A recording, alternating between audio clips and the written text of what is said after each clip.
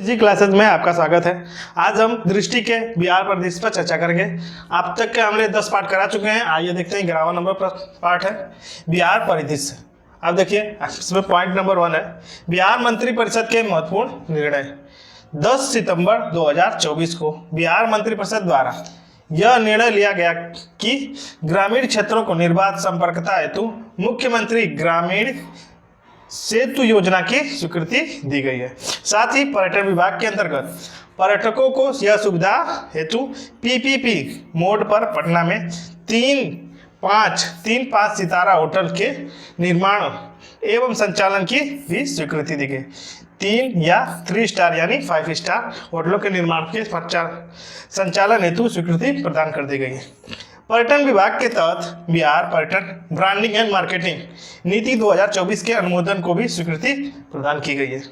21 अगस्त 2024 को मंत्रिपरिषद द्वारा लिए गए निर्णय के तहत पटना को विभाजित कर 4 अंचलों जिसमें पटना सदर अंचल, पाटलिपुत्र अंचल, पटना सिटी अंचल और दीदार नगर अंचल को सृजित करने का प्रस्ताव को स्वीकृति प्रदान की गई है।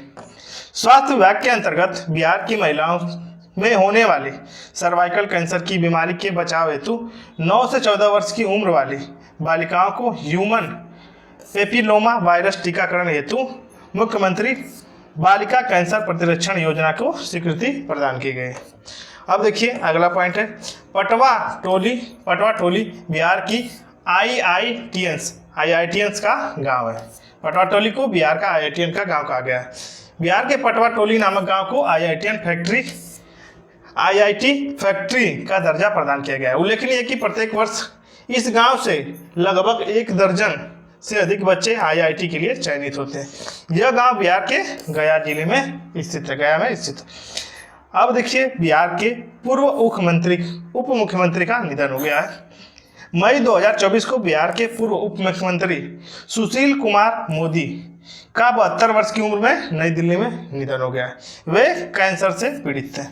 अब देखिए बिहार लोक परीक्षा अनुचित साधन निवारण विधेयक 2024 बिहार विधानसभा द्वारा पारित 24 जुलाई 2024 को इस विधेयक में कदाचार में शामिल होने के लिए 3 से 5 वर्ष की कैद और 10 लाख रुपए तक के जुर्माने का प्रावधान किया गया है।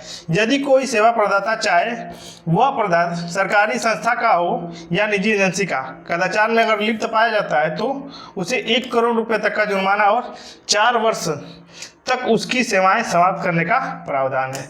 अब देखिए अगला पॉइंट क्या है इसमें आरक्षण की सीमा को बढ़ाने के संबंध में बिहार सरकार के नोटिफिकेशन पर रोक लगा दी गई है।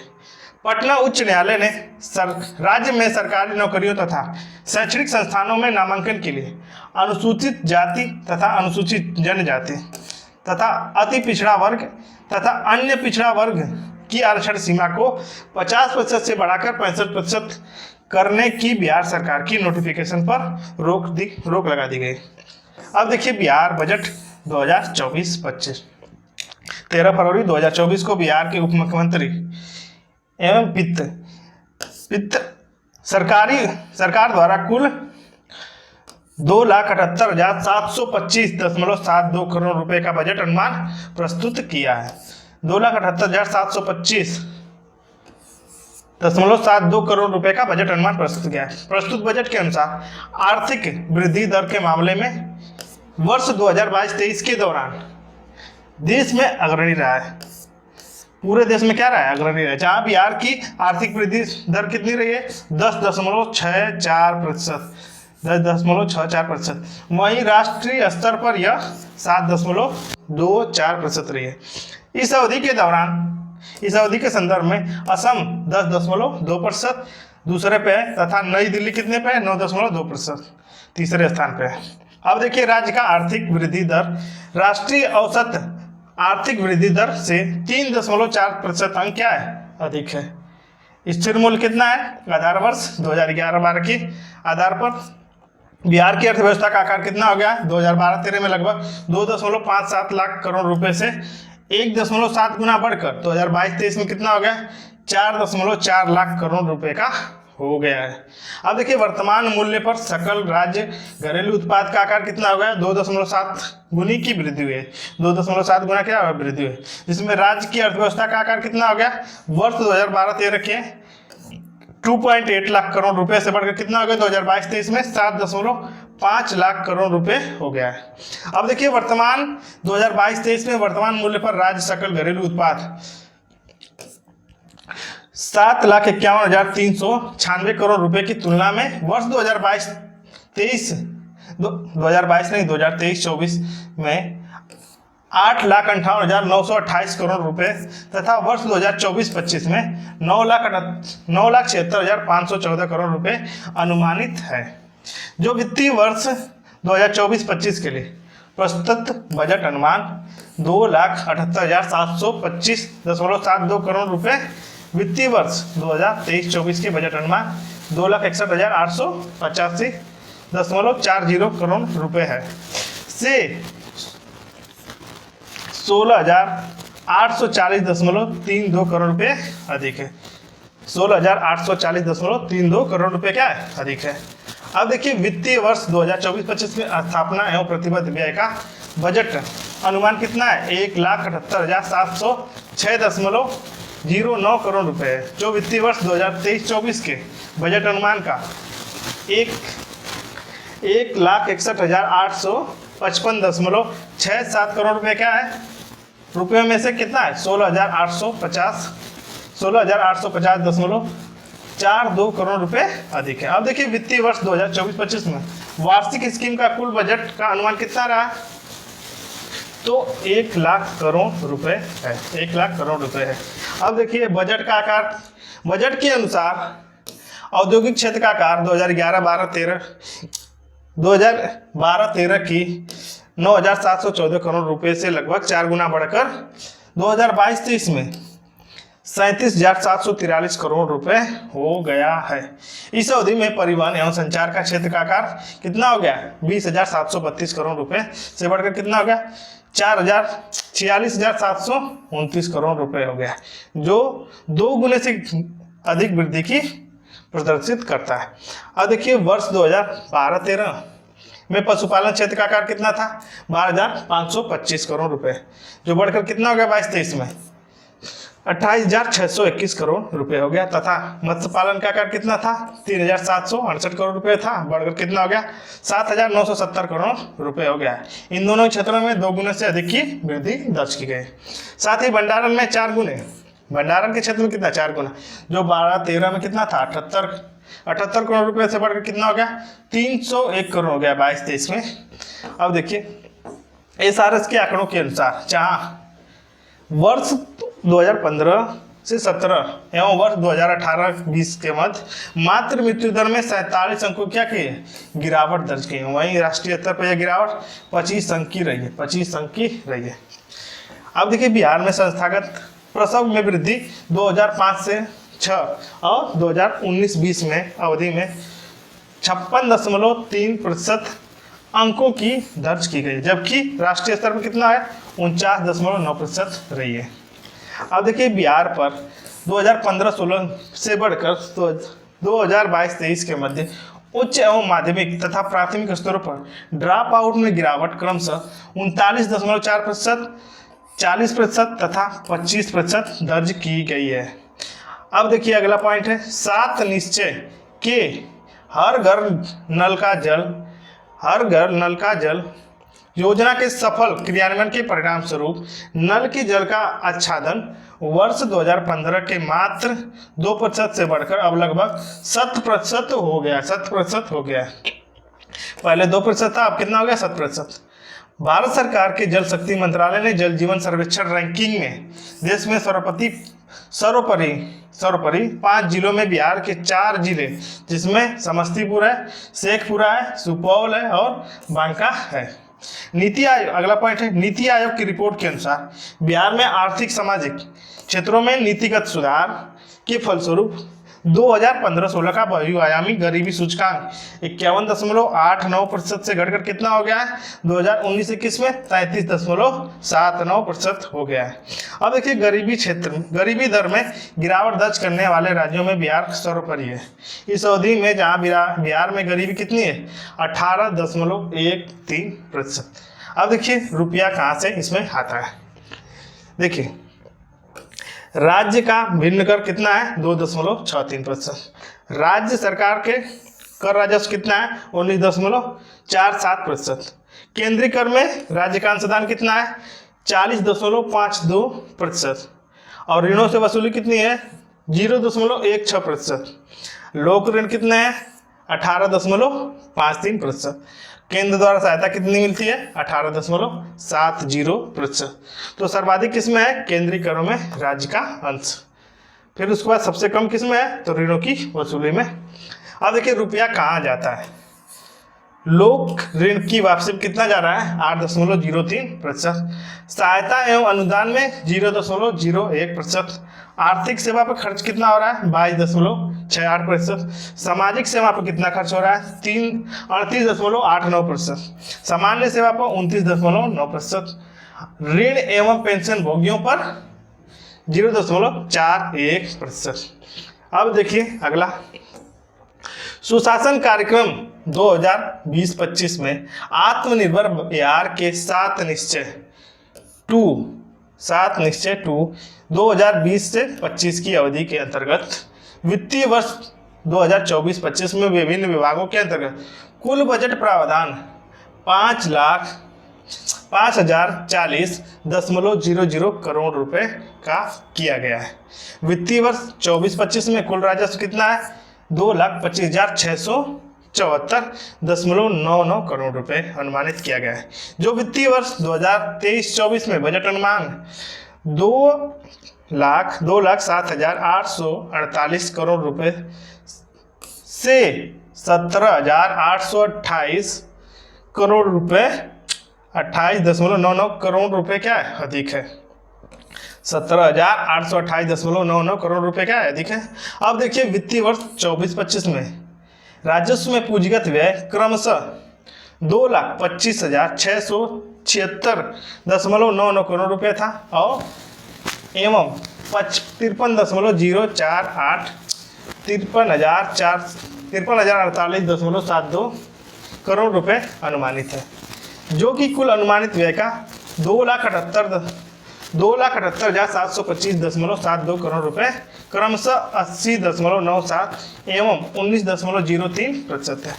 वित्तीय वर्ष 24-25 में विकासात्मक एवं गैर विकासात्मक व्यय का अनुमान कितना है 1,76,866.42 करोड़ रुपए एवं वर्ष 1,01,859.3 करोड़ रुपए। जो कि कुल अनुमानित व्यय 2,78,725.72 करोड़ रुपए से क्रमशः 63.46% तथा एवं 36.54% है। वर्ष 24-25 में कुल व्यय का योजना 35.88% तथा स्थापना एवं प्रतिबद्ध में 64.12% है। वित्त वर्ष 24-25 में कुल राजस्व व्यय की प्राप्तियां कितनी है 2,26,798.40 करोड़ रुपए अनुमानित है। जो वित्तीय वर्ष 2023-24 के बजट अनुमान में 2,12,324.97 करोड़ रुपए से 14,471.44 करोड़ रुपए अधिक है। वित्त वर्ष 24-25 में राजस्व के अपने स्रोतों पर कर राजस्व के रूप में 54,300 करोड़ रुपए प्राप्ति का अनुमान है। जो वित्त वर्ष 2023-24 में बजट अनुमान के 49,700.05 करोड़ रुपए की तुलना में 4,599.95 करोड़ रुपए क्या है अधिक है। अब देखिए वित्त वर्ष 24-25 में राज्य के अपने स्रोतों में गैर कर राजस्व 7,355 करोड़ रुपए प्राप्त होने का अनुमान है। जो कि वित्तीय वर्ष 2023-24 में अनुमान 6,511 करोड़ रुपए की तुलना में 814 करोड़ रुपए अधिक है। वित्तीय वर्ष 24-25 में केंद्र सरकार के केंद्रीय करों के हिस्से में 1,13,0192 करोड़ रुपए प्राप्त होने का अनुमान है। जो कि वित्तीय वर्ष 2023-24 में अनुमान 1,02,700 37 करोड़ रुपए का तुलना में 10,774 करोड़ रुपए अधिक है। वित्त वर्ष 24-25 में 1,121 करोड़ रुपए का राजस्व बजट रहने का अनुमान है, जो सकल राज्य घरेलू उत्पाद का 9,74,514 करोड़ रुपए का 0.11% है। अब देखें कुल व्यय में राजस्व प्राप्तियां ऋणों की वसूली तथा ऋणों की वापसी घटाने के पश्चात जो राशि बचती है उसे राजकोषीय घाटा कहा जाता है। कुल व्यय में से राजस्व प्राप्तियां तथा ऋणों की वसूली तथा ऋणों की वापसी को घटाने के पश्चात जो राशि बचती है उसे क्या कहते हैं? राजकोषीय घाटा कहते हैं। वित्त वर्ष 24-25 में 29,095.42 करोड़ रुपए था। राजकोषीय घाटा रहने का अनुमान है, जो सकल राज्य घरेलू उत्पाद का 9,74,514 करोड़ रुपए का 2.998% है। अब देखिए वित्त वर्ष 24-25 में लोक ऋण का शेष कितना है? 2,97,908.99 करोड़ रुपए रहने का अनुमान है, जो कि सकल राज्य घरेलू उत्पाद 9,74,514 करोड़ रुपए का कितना है? 30.51% है। अब देखिए वर्ष 24-25 के अंतर्गत अन्य दायित्वों के साथ लोक ऋण 3,48,370 करोड़ रुपए का 4-5 करोड़ रुपए रहने का अनुमान है, जो कि सकल राज्य घरेलू उत्पाद का 35.67% रहने का अनुमान है। वर्ष 2024-25 में बजट के राजकोषीय नीति के 4 प्रमुख उद्देश्य हैं, जिनमें है राजकोषीय घाटा को सकल घरेलू उत्पाद के अनुपात में 3% की अधिसीमा रखना, राजस्व घाटे को समाप्त कर राजस्व बचत को अर्जित करना, सार्वजनिक व्यय को विकासात्मक मद में प्राथमिकता देना तथा सकल राज्य घरेलू उत्पाद में अनुपात में कुल बकाया ऋण को धीरे धीरे कम करना। अब देखिए राजस्व घाटा क्या है। वर्ष 2022-23 में राज्य का राजकोषीय घाटा कुल सकल राज्य घरेलू उत्पाद का 5.97% रहा था, जो केंद्र सरकार द्वारा निर्धारित ऋण की अधिसीमा से 3.50% कितना है? अधिक है। अब देखिए अगला पॉइंट है बिहार का ब्याज भुगतान। 2022-23 में राजस्व प्राप्ति का 8.79% था। यह अनुपात वर्ष 2022-23 के लिए 8.64%, बजट के 2024-25 के लिए 9.05% अनुमानित है। अब देखिए राजस्व संग्रह की संरचना। वित्तीय वर्ष 2024-25 की कुल प्राप्तियों में राजस्व प्राप्ति का हिस्सा कितना है? 81.31% अनुमानित है। कुल राजस्व प्राप्तियों में कर की मदें की प्राप्ति का हिस्सा कितना? 1,67,312 करोड़ रुपए है, जो कुल राजस्व प्राप्तियों का 73.77% था।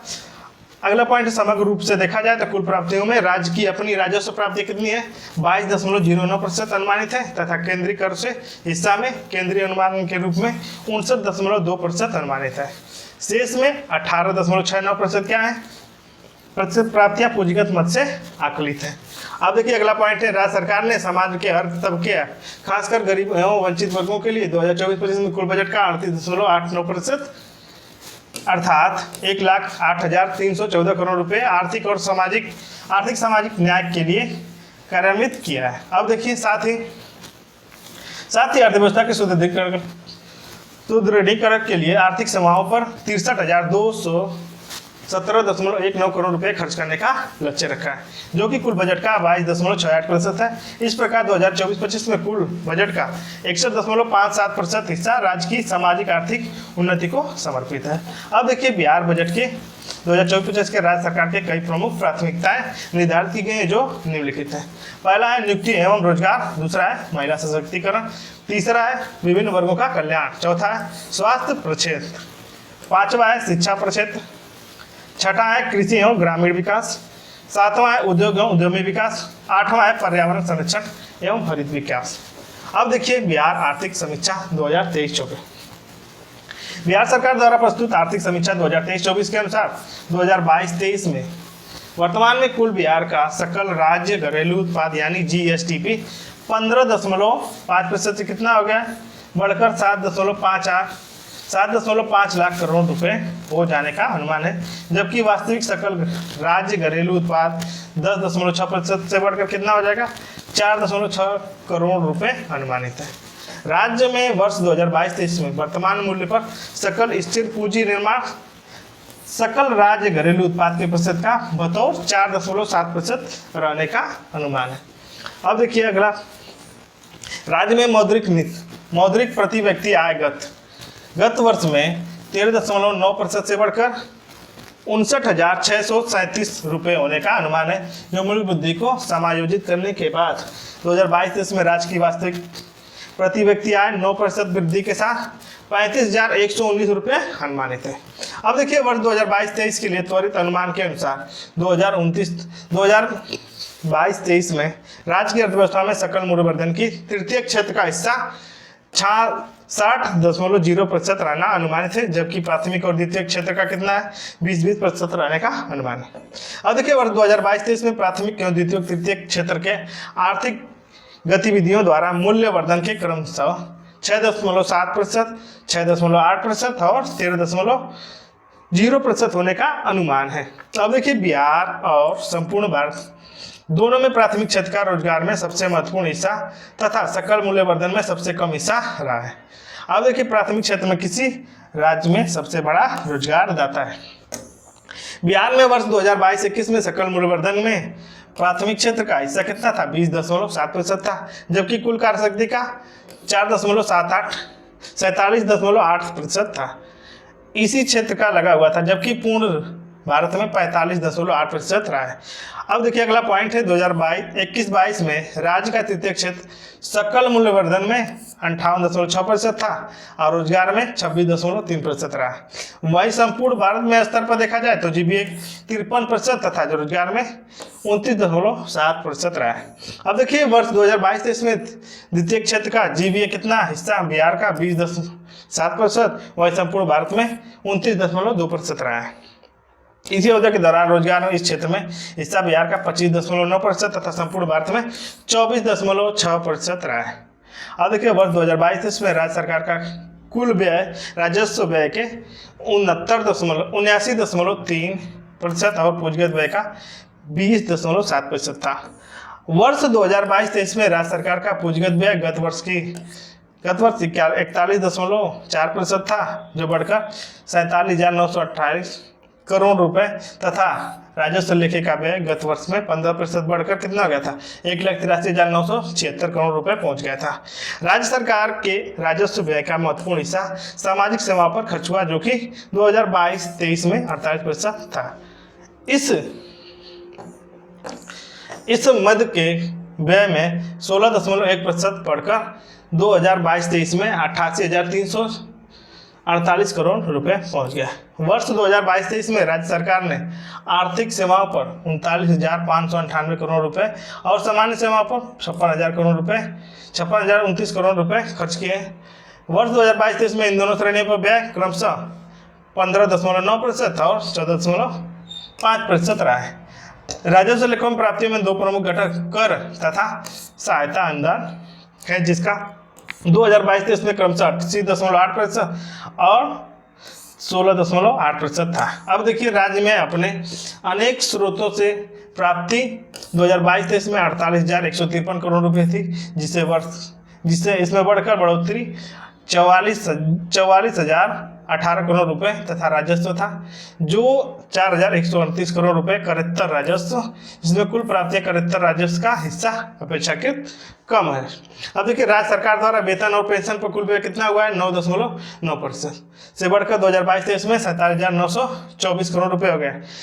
वर्ष 2022-23 में राज्य सरकार का वेतन व्यय 24,816 करोड़ रुपए था और पेंशन व्यय कितना था 23,108 करोड़ रुपए। ये व्यय 2022-23 में राज्य सरकार के राजस्व लेखे में कुल प्राप्ति का 27.8% तथा राजस्व व्यय का 26% थे। अब देखिए गंगा के मैदान में उर्वर मिट्टी से युक्त समुद्र तटीय राज्य बिहार फसलों की खेती हेतु सुसज्जित है। यहाँ वर्ष 2021-22 में शुद्ध बुआई 50.70 लाख हेक्टेयर रहा है, जो राज्य की कुल भौगोलिक क्षेत्रफल का 54.2%। फसल सघनता 1.45 है। आवधिक श्रम बल सर्वेक्षण वर्ष 2022-23 के अनुसार बिहार में श्रम बल सहभागिता कुल आबादी का 50.9% थी। वहीं राज्य की श्रमिक जनसंख्या का अनुपात कितना है 48.7% था। आपूर्ति के घंटों अगला पॉइंट, आपूर्ति घंटों और गुणवत्ता बिजली की उपलब्धता बढ़ जाने की ऊर्जा प्रति व्यक्ति खपत कितनी, 145.5% से बढ़कर 2011-12 में 134 किलोवाट प्रति घंटा से 2021-22 में 329 किलोवाट प्रति घंटा हो गई है। अब देखिए बिहार के लिए जन्मकालीन जीवन संभावता में काफी बदलाव हुआ है, जो वर्ष 2010 से 14 के 68.1% से बढ़कर 1.4 बढ़कर 2016 में 69.5 हो गई है। अब देखिए बिहार के अपेक्षाकृत समृद्ध एवं गरीब जिले सबसे 2021-22 में पटना क्या है, सबसे समृद्ध जिलों में पटना, बेगूसराय और मुंगेर रहे हैं। सबसे गरीब जिलों में शिवहर, अररिया और सीतामढ़ी ने। प्रति हजार व्यक्तियों में पेट्रोल की खपत पे देखा गया है, ये उस किस पे था, प्रति व्यक्ति सकल राज्य घरेलू उत्पाद पे। इसमें भी क्या है, पटना है 1 पे, मुजफ्फरपुर दूसरे पे, पूर्णिया है तीसरे नंबर पे। इसमें सबसे गरीब जिला बांका है, लखीसराय और शिवहर है। प्रति हजार व्यक्ति डीजल की खपत पे तो पटना 1 नंबर पे, शेखपुरा दूसरे पे, औरंगाबाद तीसरे नंबर पे, शिवहर इसमें है पहले नंबर पे, सिवान दूसरे पे, गोपालगंज क्या है तीसरे नंबर पे। पटना प्रति हजार व्यक्ति रसोई गैस की खपत पे तो पटना नंबर 1 पे, इसमें भी है बेगूसराय, यहाँ भी है बेगूसराय और गोपालगंज। अररिया इसमें आ जाएगा, बांका है, किशनगंज है। अब देखिए अगला पॉइंट है, स्थिर वर्ष 2011-12 की मूल्य पर राज्य का जिलावार प्रति व्यक्ति सकल जिला घरेलू उत्पाद अनुमान से पता चलता है कि प्रति व्यक्ति आय में काफी अंतर है।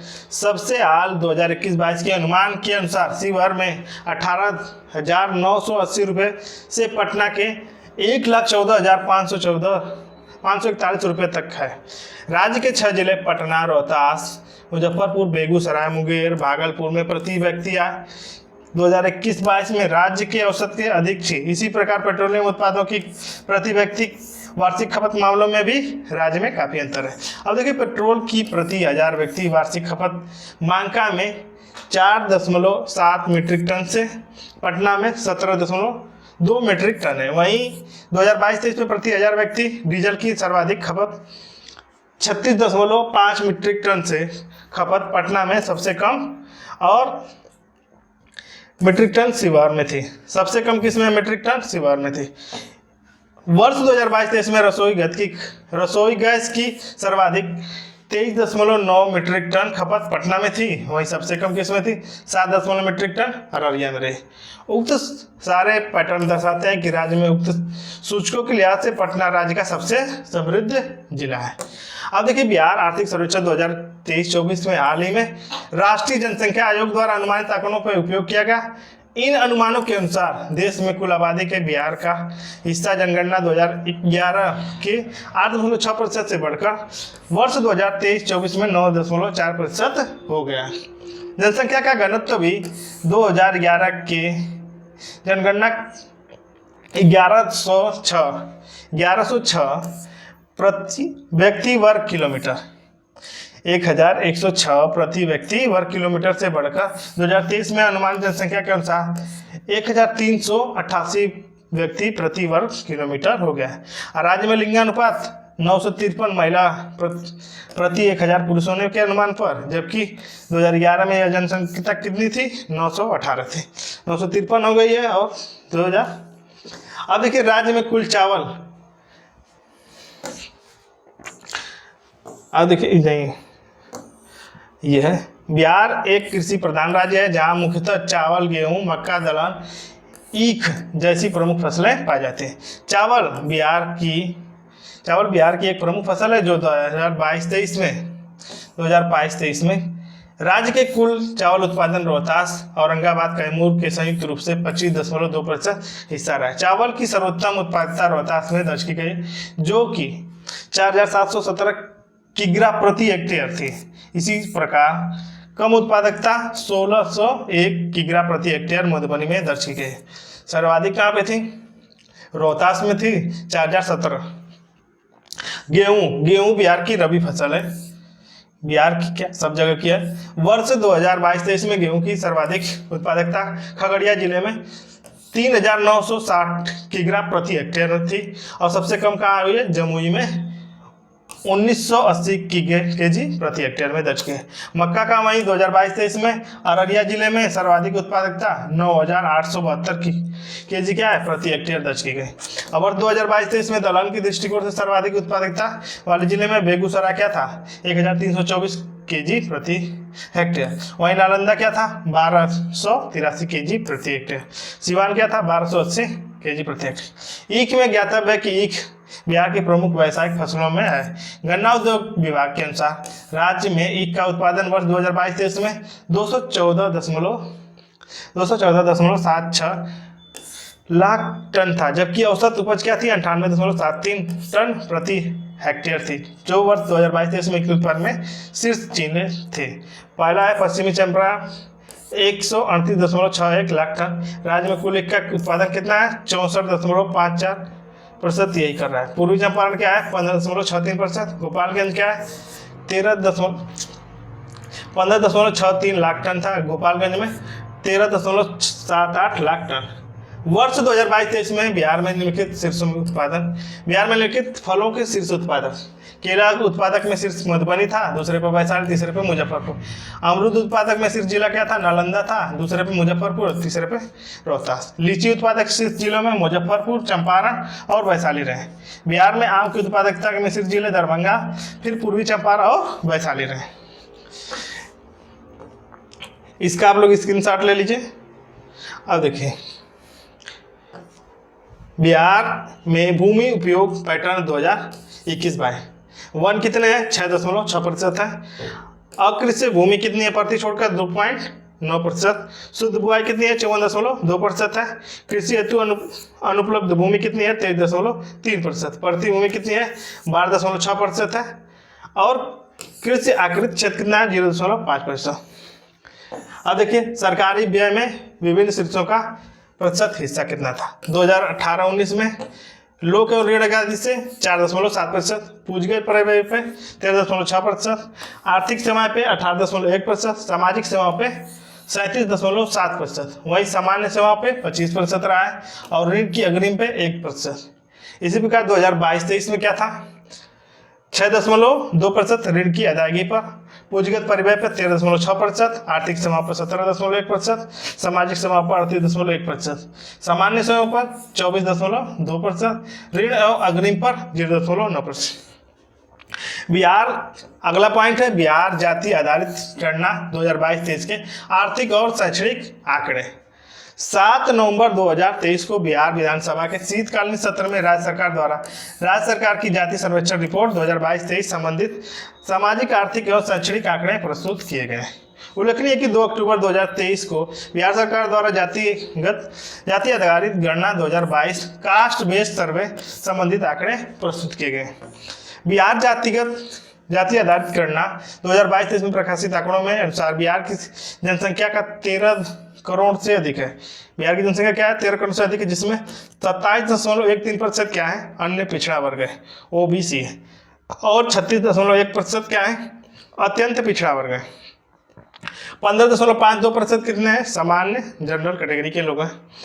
और जारी आंकड़ों के अनुसार अन्य पिछड़ा वर्ग ओबीसी 33.16% तथा अत्यंत पिछड़ा ईडब्ल्यूएस 33.58% गरीब परिवार है, 33.58% गरीब परिवार। अब समान वर्ग में 25.09% क्या है? गरीब परिवार के, अनुसूचित जाति के तथा अनुसूचित जनजाति के क्रमशः 42.93% और 42.7% गरीब परिवार है। सामान्य श्रेणी में हिंदू बिहार की प्रमुख जाति तथा भूमिहारों में सबसे गरीब 27.58%। सामान्य श्रेणी में हिंदू के तहत सबसे समृद्ध कायस्थ समाज को पाया गया है। राज्य में कायस्थ समाज के कुल परिवारों की संख्या 1,70,958 है, जिसमें से 23,639 परिवार क्या है? परिवार मतलब 13.38% क्या है? गरीब है। अब देखिए बिहार जाति आधारित गणना। गांधी जयंती के शुभ अवसर पर 2 अक्टूबर 2023 को बिहार सरकार द्वारा बिहार की कराई गई जाति आधारित गणना 2022 के आंकड़ों पर प्रकाशित किए, जिसमें 2 अक्टूबर 2023 को जारी बिहार जाति आधारित गणना 2022 के अनुसार बिहार राज्य की कुल जनसंख्या 13,07,25,310 करोड़ है, जिसमें हिंदुओं की आबादी कितनी है 82% है, मुस्लिमों की आबादी क्या है 17.70%, वहीं शेष क्या है 0.3 अन्य धर्मों की आबादी। प्रस्तुत आंकड़ों में स्पष्टता है कि राज्य अन्य धर्मों की आबादी 1% से भी क्या है कम है। अब देखिए बिहार जाति आधारित गणना कोटिवार संक्षिप्त विवरणी है। इसमें पिछड़ा वर्ग कितना है, तो यह है 3,54,63,936। कितना प्रतिशत है 27.12%। इन सभी का आप लोग स्क्रीनशॉट ले लीजिए। आज का ये टॉपिक यहीं पे समाप्त होता है।